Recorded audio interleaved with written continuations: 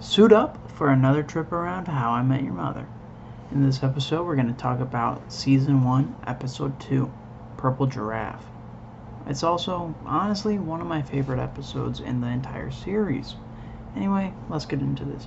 I would say Purple Giraffe is a very crucial early episode in How I Met Your Mother because it does continue to establish key character dynamics and it does broaden the aspects and view of the theme of romantic persistence in How I Met Your Mother.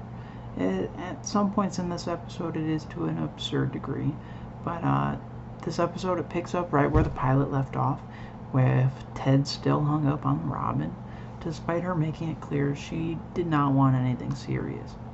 Now, in this episode, Ted shows his unwavering belief in destiny and love. And, this is perhaps to an unhealthy level because he has an elaborate scheme where he throws a party at his place to try and have Robin show up. And she can't because she has to go work her job. And she has to, be an anchor on news, on television, and report stories. So she can't make it to the party that first night. But that doesn't stop Ted because instead of, being like, damn, if you can't make it, alright, whatever. He's like, no. This party goes on tomorrow. And then, another thing happens, and he goes on again for another night of parties. And while this does show his persistence, it is kind of framed to be sweet and comedic. And honestly, it kind of is sweet, at least in the show aspect. In real life, I think any sane woman is going to look at you and be like, you're crazy. Anyway, it also shows us, Ted's biggest flaws, which are he kind of tries to force relationships to fit his label of romance that he has in his head, instead of just accepting who Robin is and her words at face value. He clings to hope that she'll eventually change her mind. And, she really doesn't.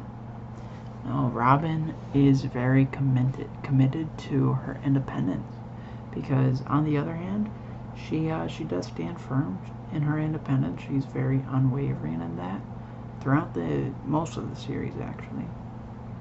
And in this second episode, she doesn't want a serious relationship, but she also clearly enjoys having Ted around.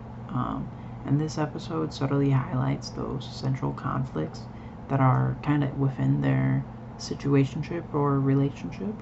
Robin is not going to be the person Ted wants her to be, and Ted really does refuse to see that. And their final conversation is on the fire escape, and it's Robin acknowledges that Ted is a great guy, but she still doesn't want what he wants. And Ted, in denial, tries to make himself believe he's okay with just being friends with her. And that's where their story ends for that episode, Now, in this episode, we get some more fun with Barney Stinson, everyone's favorite. Despite, his over-the-top antics in this early season, throughout the entire series, but in this early first two episodes, you're getting used to his antics and starting to like him. And this serves as a voice of blunt reality, I'd say. He calls out that, Ted is kind of delusional and tries to get him to embrace casual relationships with other women instead of just clinging over this woman that does not want what he wants. And so Barney in this episode, he's mainly comedy, and like in most episodes early in the show, he really wants to continue pushing, let's party, let's have a party, let's continue the party, and obviously nails a woman or two in Ted's bedroom.